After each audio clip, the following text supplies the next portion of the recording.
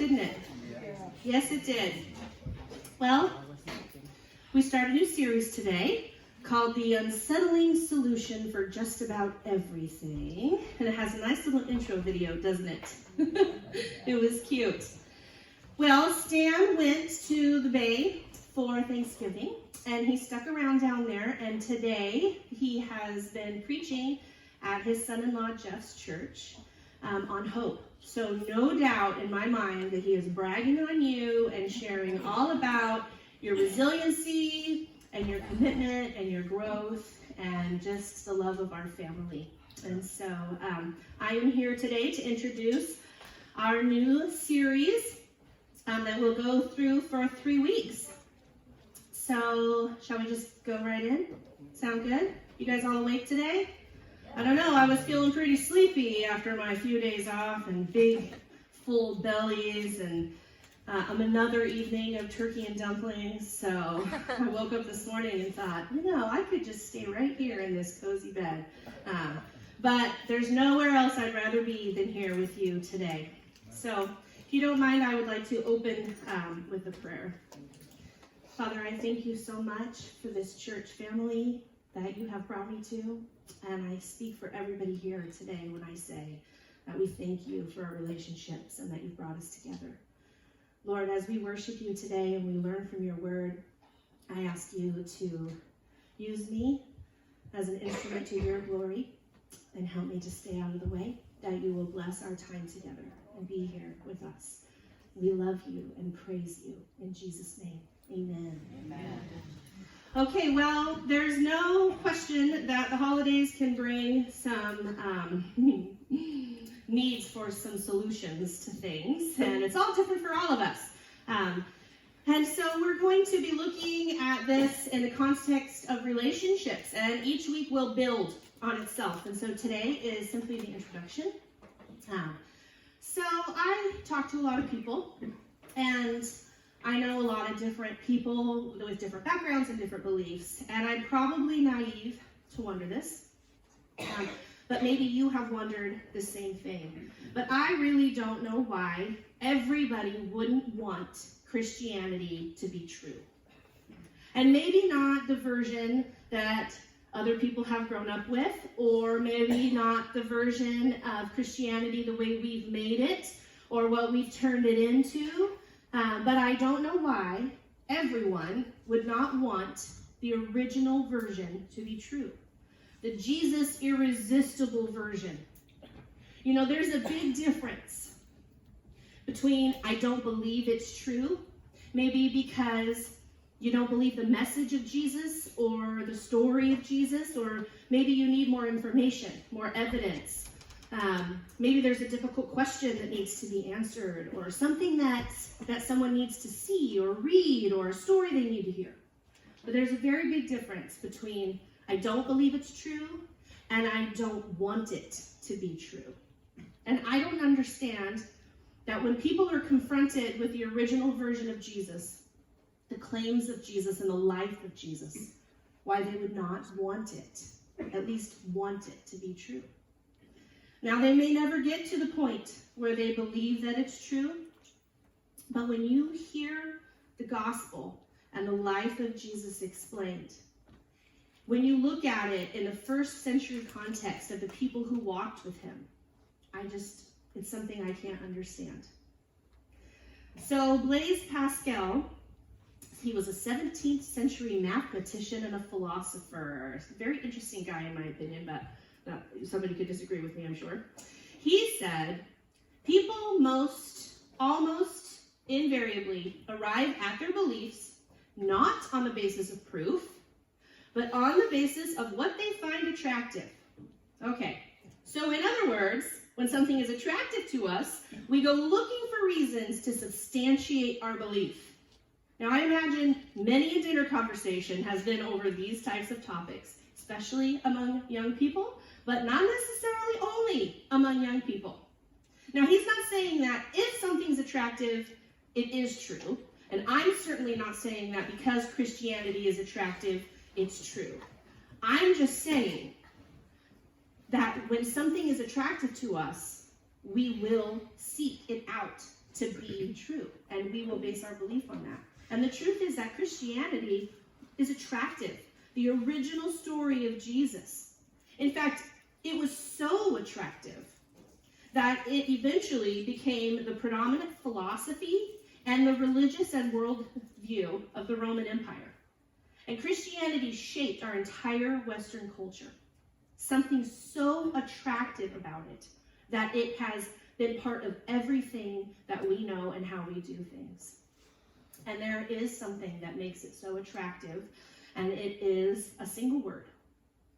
And it's a word that makes me want it to be true. And maybe it's a word that wasn't in the equation for you. And that word is grace. It's grace. Grace is what we crave most when our guilt is exposed. Would you agree with that? You come home late, your parents are sitting there, they've got this stuff that they found in your room, and it's out on the table, and there is no point in trying to say that it's not yours. Maybe you get confronted by a spouse or a friend or a loved one, and you clearly screwed up.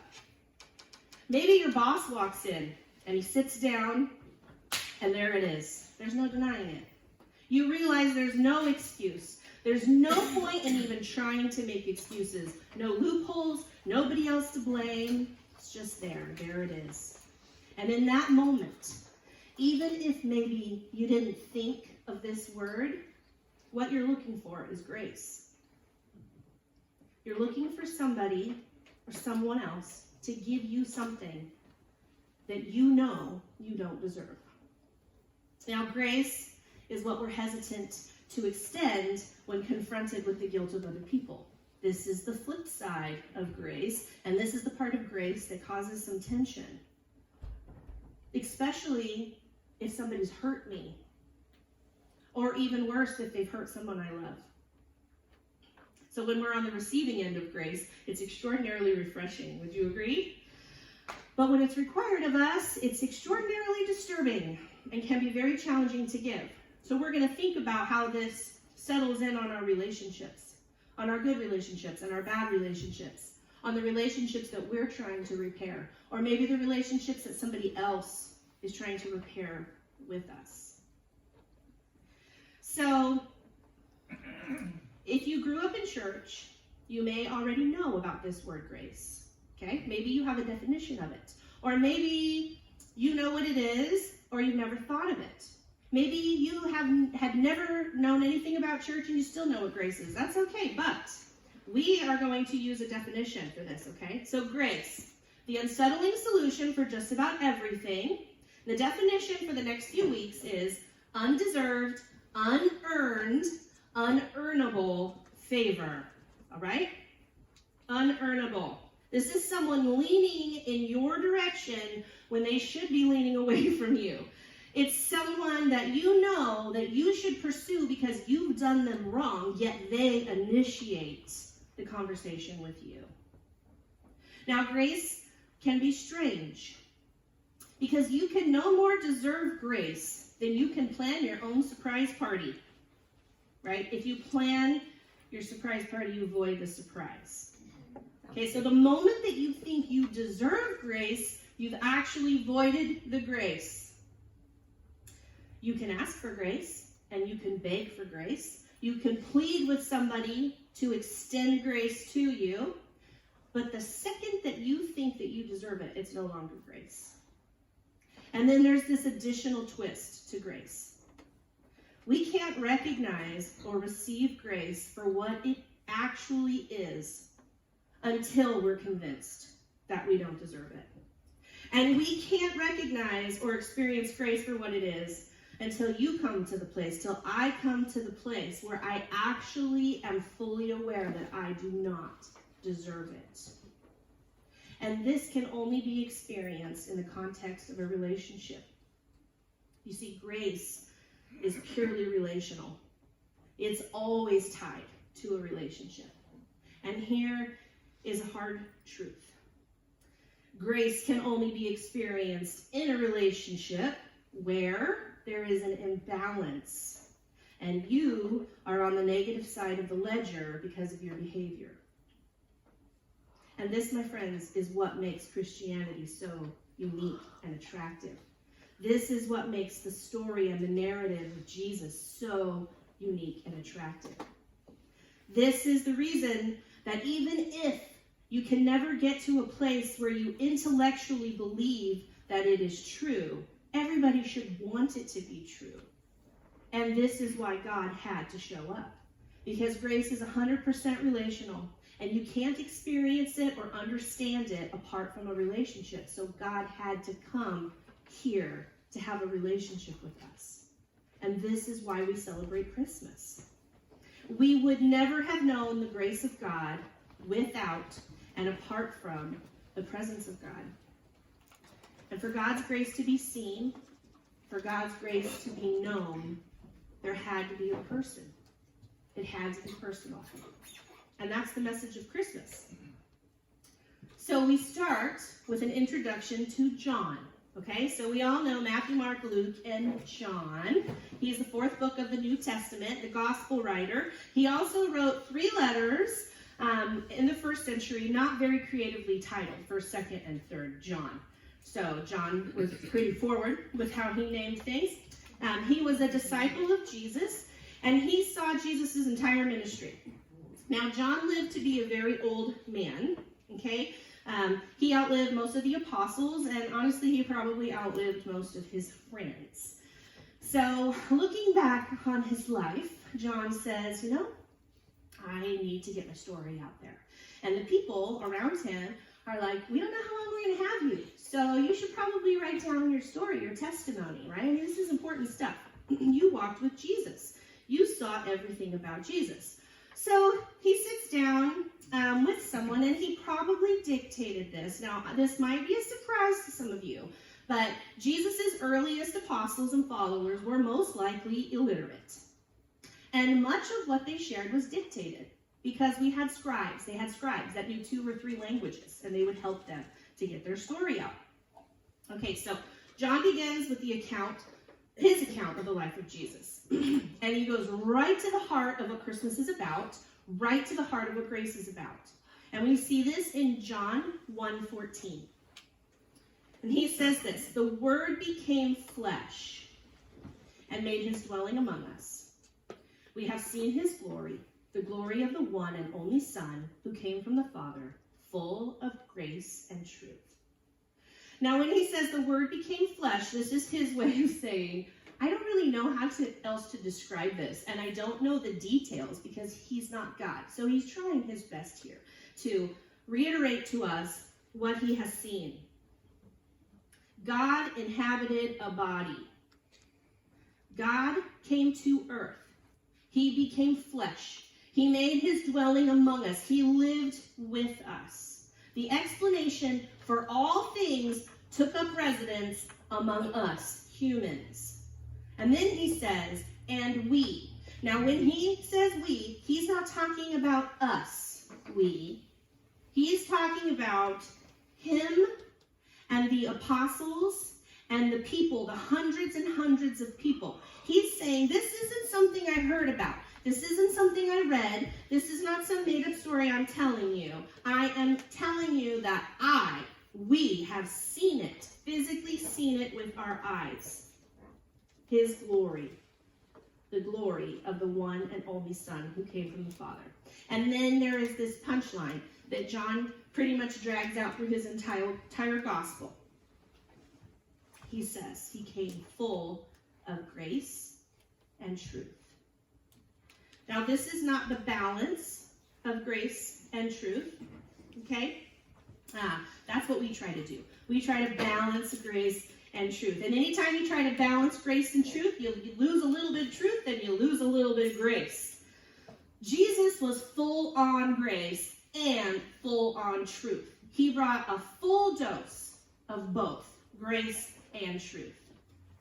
And this is so powerful because we tend to be on one side or the other. We're on the truth side or we're on the grace side. But we need a little both. And that's what helps keep us together. Now, we all have different experiences. We've all learned from different people. But Jesus was all grace and all truth. Okay? And that is who we are we need to be learning from. So, Jesus shows up, full on grace, full on truth. He never watered down the truth, and he never turned down the grace. He called sin, sin.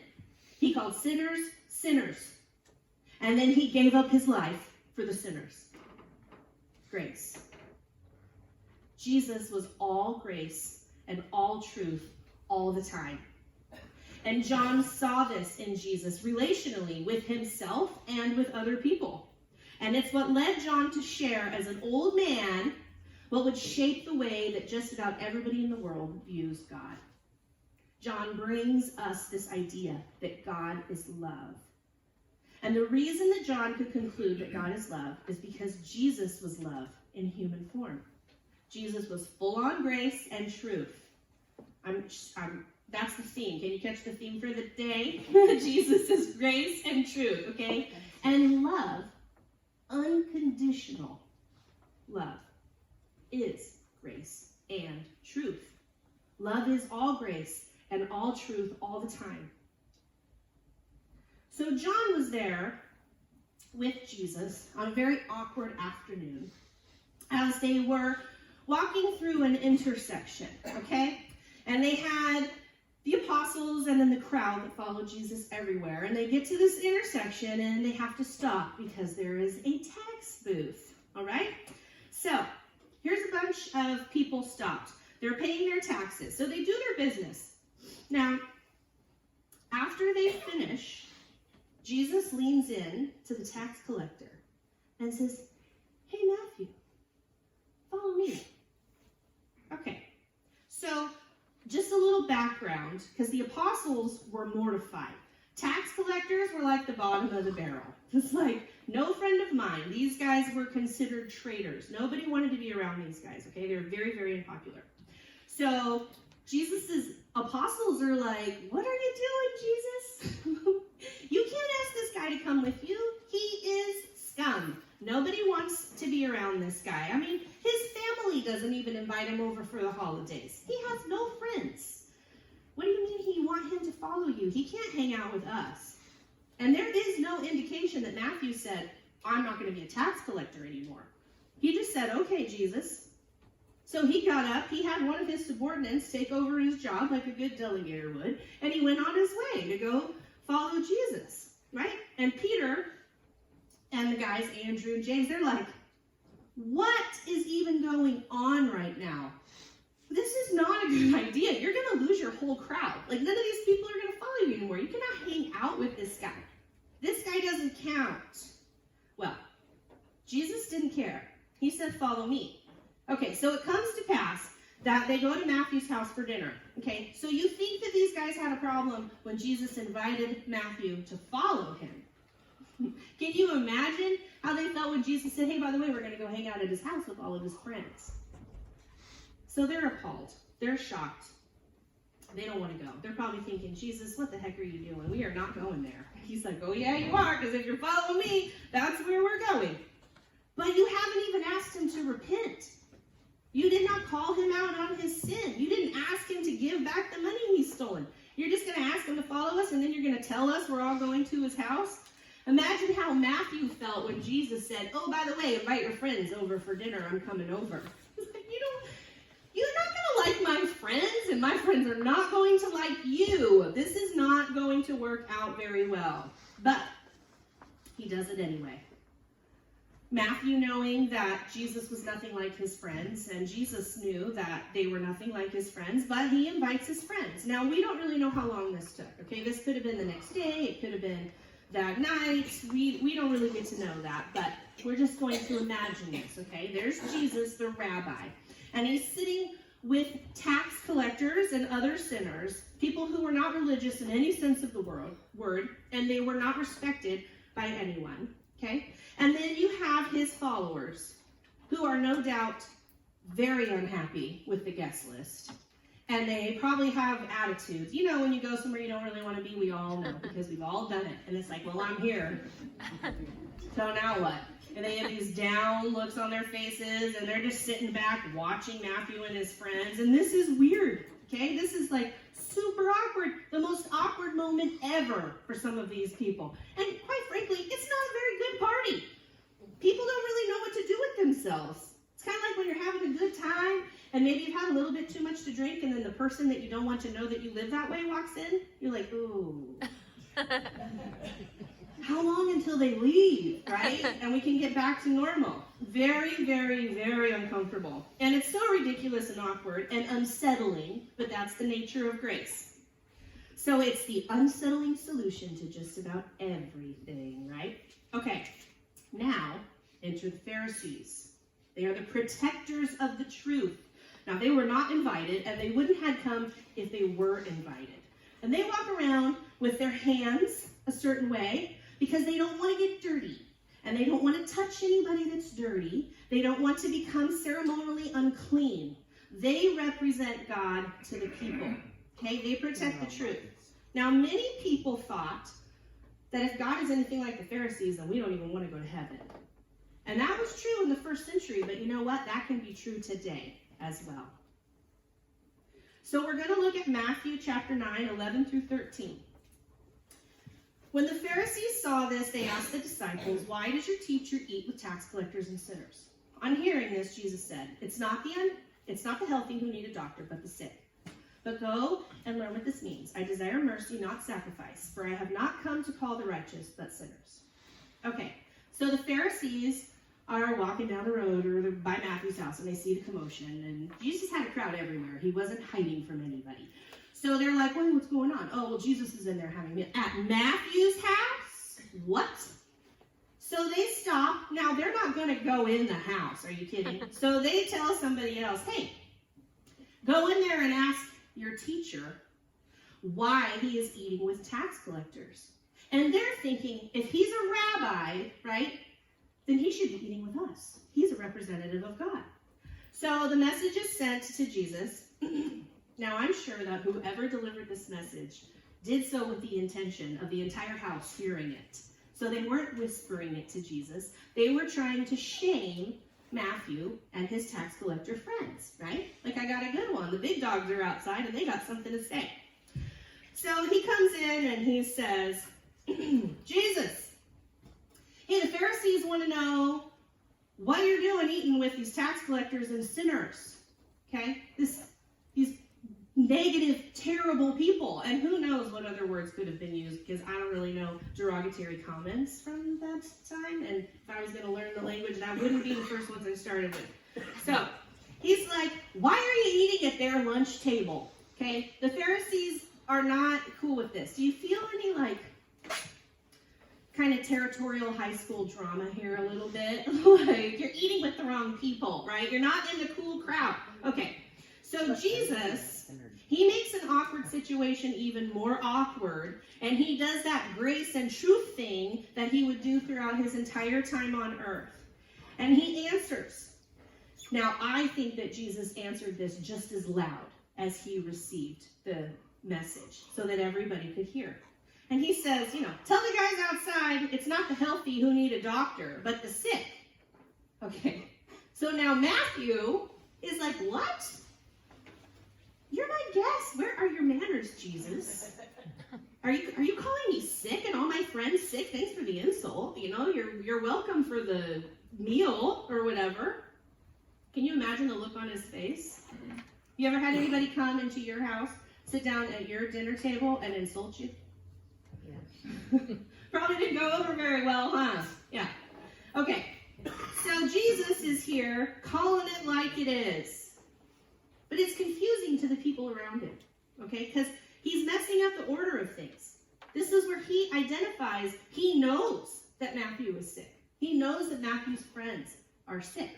Yet he's hanging out with them anyway. So what? If you want somebody to follow you, you ask people who are like you. You don't ask people who are unlike you unless they're going to become like you, right? So they're like, Jesus, you've asked somebody who is nothing like you to follow you. You're messing up all the categories. Everything is crazy. And I think Jesus would just smile. So then he's not done. Okay, Jesus says, oh yeah, hey, by the way, tell those Pharisees outside the following. Now, this was incredibly offensive, okay? He says, go and learn.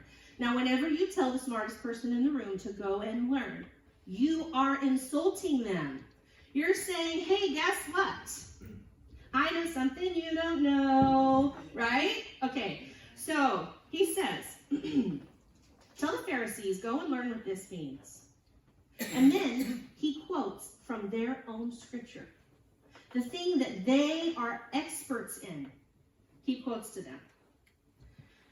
Go and tell them to learn what this means. I desire mercy, not sacrifice, for I have not come to call the righteous. Now, I imagine at this moment, everybody in the room knows that he has just totally put this huge dig on the Pharisees. And it's silent.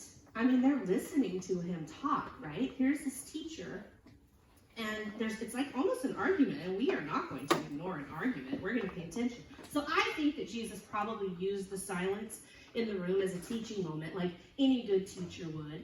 And while he had the attention of his people, he says, but sinners, I'm not afraid to call a sinner, and I'm not afraid to go to their house for dinner. And I think that is something that all of us should think. So let's say that together. I'm not afraid to call a sinner, and I'm not afraid to go to their house for dinner. Okay, which means I'm welcome at your house anytime, right? Yes, no. Okay, so John shares another example with us of Jesus being all grace and all truth all the time. And this is one of those emotional stories that many of you have probably heard.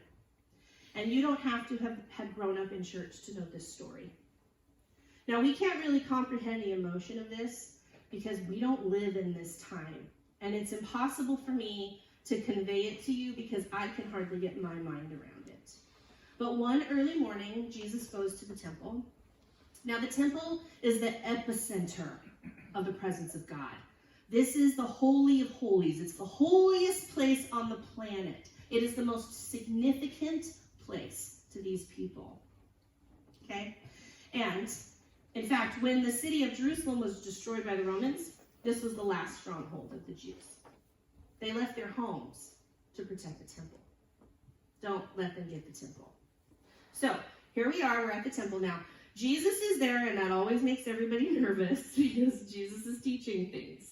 And he's teaching, and the religious leaders drag a woman out to him, and they throw her down in front of him. And they say, Jesus, this woman was caught in adultery, and the law, now they're at the temple, so like the law is right over there if you want to go check it, right? Just in case you forgot what it says. The law says she must die. She must be executed, stoned to death, actually. And Jesus is so brilliant, and this is why I don't think that people made these stories up. It's just too brilliant. He calls their bluff. He knows that they're not going to stone her right there in the temple. They're trying to get him to say something wrong so that they can accuse him of something, because they're looking for any reason they can. Now, I want you to think about this woman for a minute, because we talk about, our parents catching us with something we shouldn't have had or hurting our spouses, but now you think about being caught. And the punishment is death. I mean, torturous death. Stoning was not short. She's terrified. She's trembling. She's weeping. She is standing in front of a crowd of people that are ready for the word to kill her. There is no mercy in this. No love, no compassion. No one is saying, hey, well, what's your side of the story? Or why don't you tell me your background? How was your childhood? How did you grow up? Maybe we can accommodate and balance this out for you. Oh, no. So Jesus says, okay, you guys go first. But wait, one thing before you start. Why don't we start with the person who doesn't have any sin? You go first. And he's kneeled down and he's writing on the ground in the sand. Writing or drawing. Now, if you want to read something interesting, you Google that. And you can find all kinds of theories on what Jesus was writing in the sand. Okay, I think he was writing, it takes one to know one. But we don't really get to know that. Okay, so he's down writing, and he said this. Now, the oldest in the crowd goes first.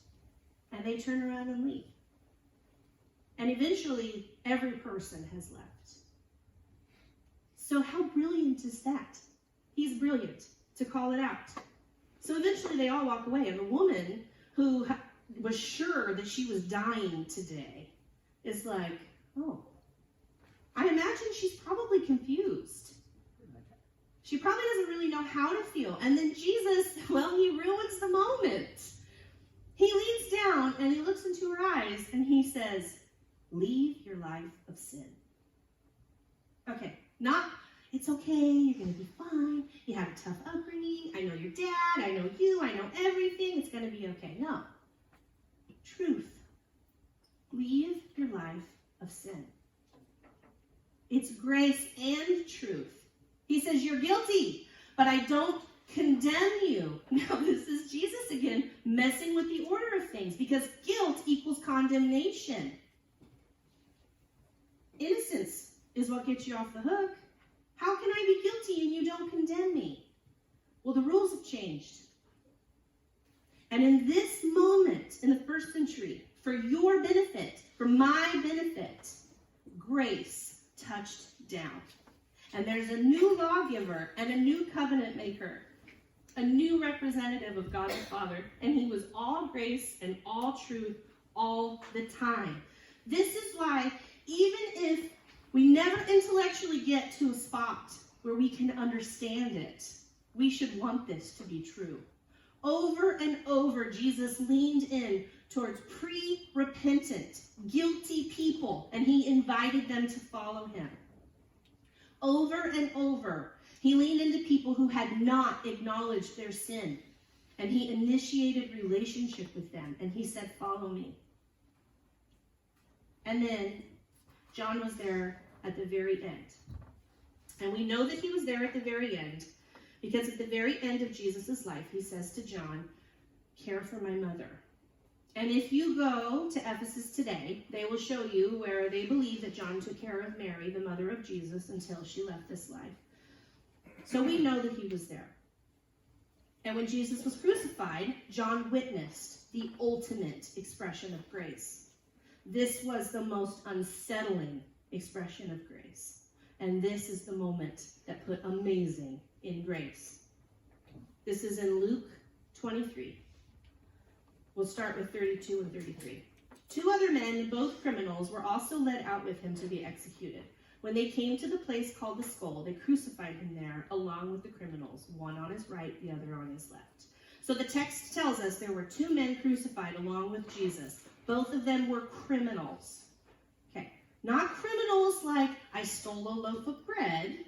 Criminals that deserved an execution, crucifixion style. You tracking with me here? The things that would have to be done to deserve that kind of penalty. Okay, they were led out with him to be executed. So, first century religion and first century politicians decided that they had to get rid of grace and truth in a body. They had to get rid of Jesus. It's uncomfortable, isn't it? It is. And we continue. When they came to the place called the Skull, they crucified him there. Now, there are no details given because everybody there had seen it. They had smelled it. They knew firsthand the aftermath of crucifixion. There was no reason for them to give more details. None were necessary. Along with the criminals, one on his right and one on his left. Okay, and then here is one of these phrases that when you read through the New Testament, you'll just kind of read it and pass right by it. But it's horrifying. And this is a detail that reminds me that John is not just writing some fantasy. This isn't a once upon a time in a village far, far away. Because it's disturbing. Yet this is you. This is me. This is what we do. Verse 35. The people stood watching. And the rulers even sneered at him. They said, he saved others, let him save himself if he's God's Messiah, the chosen one. People stood and watched. Okay, we're going to move on to verses 39 through 43. Even one of the criminals who hung there. So the people were hurling insults at Jesus. the leaders, and one of the criminals was too. He was going to take his venom. He was going to take his anger, his vengeance, all the way with him to death. But the other criminal rebuked him for what he said to Jesus. Verse 39. One of the criminals who hung there hurled insults at him. Aren't you the Messiah? Save yourself and us. But the other criminal rebuked him. Don't you fear God, he said, since you are under the same sentence. We are punished justly, for we are getting what our deeds deserve. But this man has done nothing wrong. Then he said, Jesus, remember me when you come into your kingdom. Jesus answered him, truly I tell you, today you will be with me in paradise. Okay, now we understand, because of crucifixion and what that looks like, that there were probably multiple seconds and maybe even minutes between these utterances. This was not a smooth sentence of conversation. They were struggling to breathe.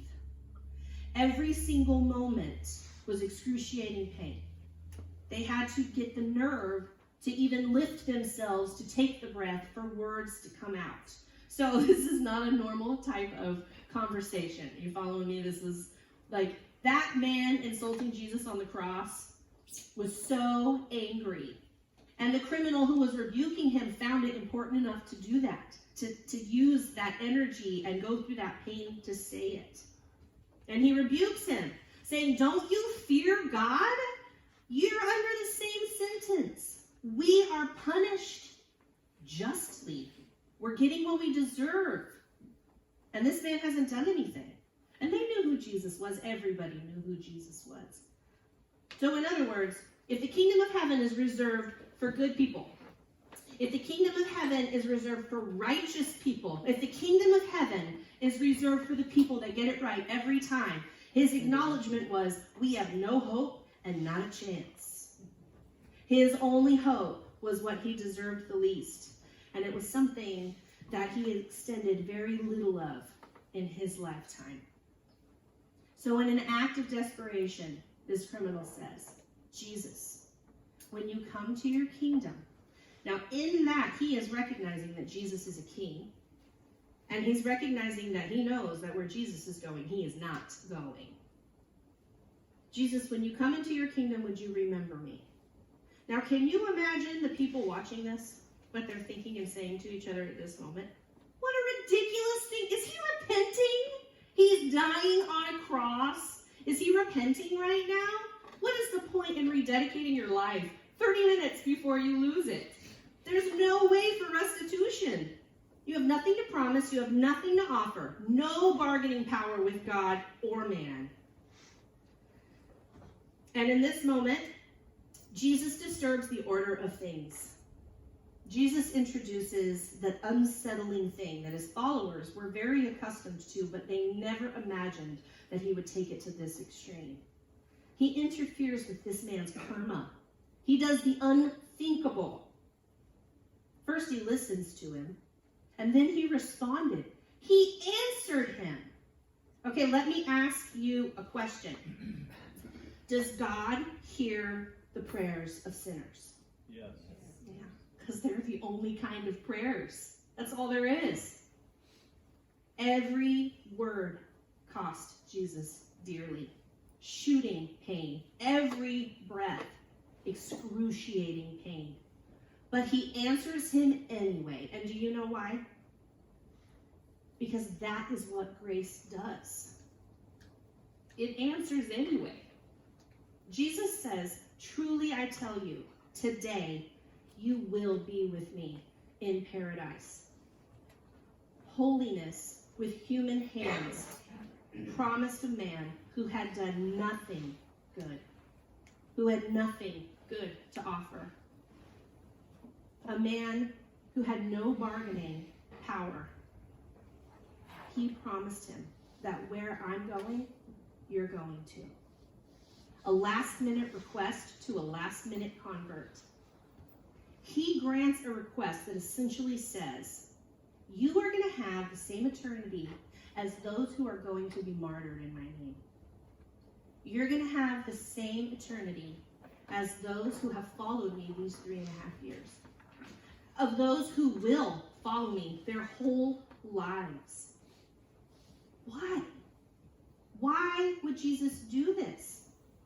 And imagine what the people in the crowd who had followed, imagine what Peter, John, imagine what they were thinking, how they felt.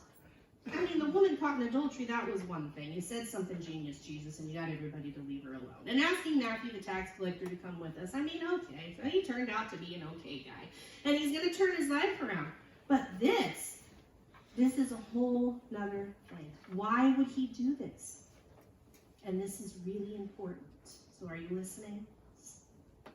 Because just like life, grace is not fair. It's not fair. It's better than fair.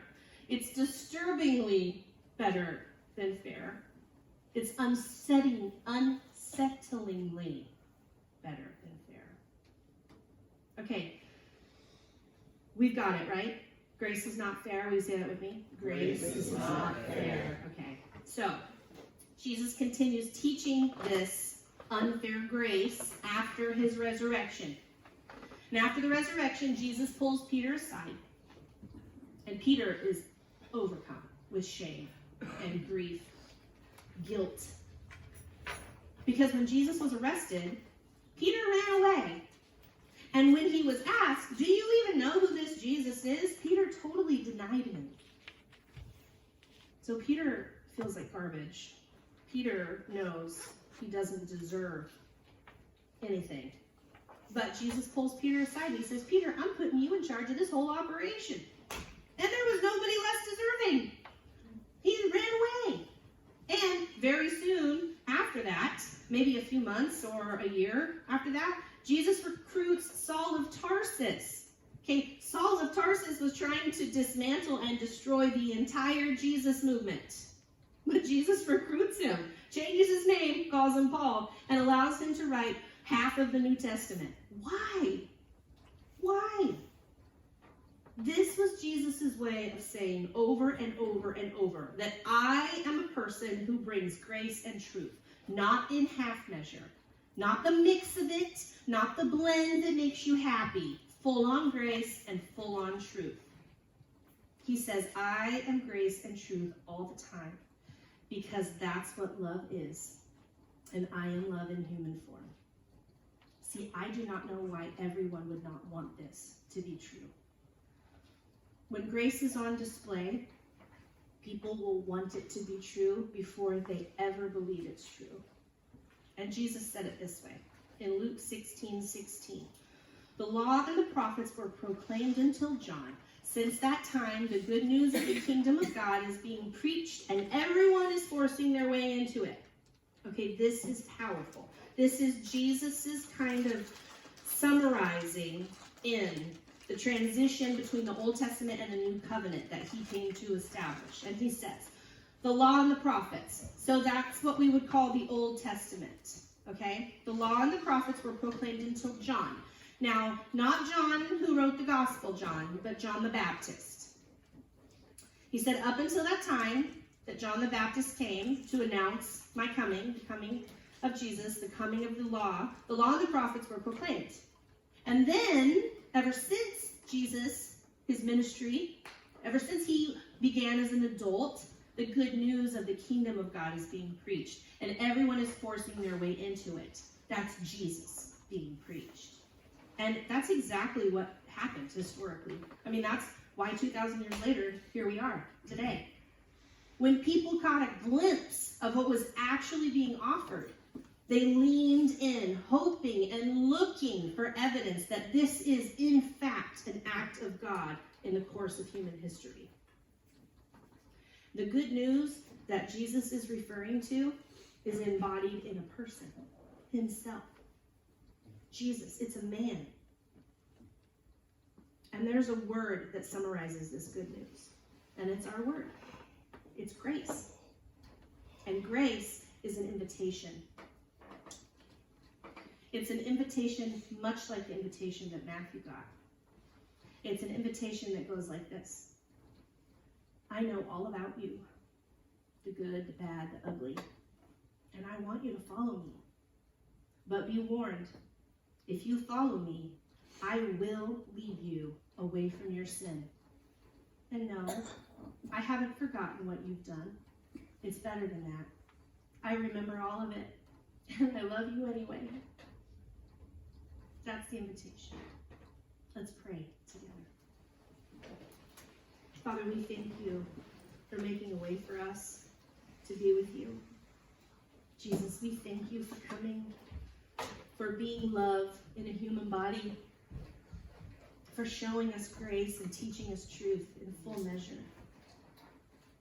God, help us. Help us to extend grace to those that we don't believe deserve it.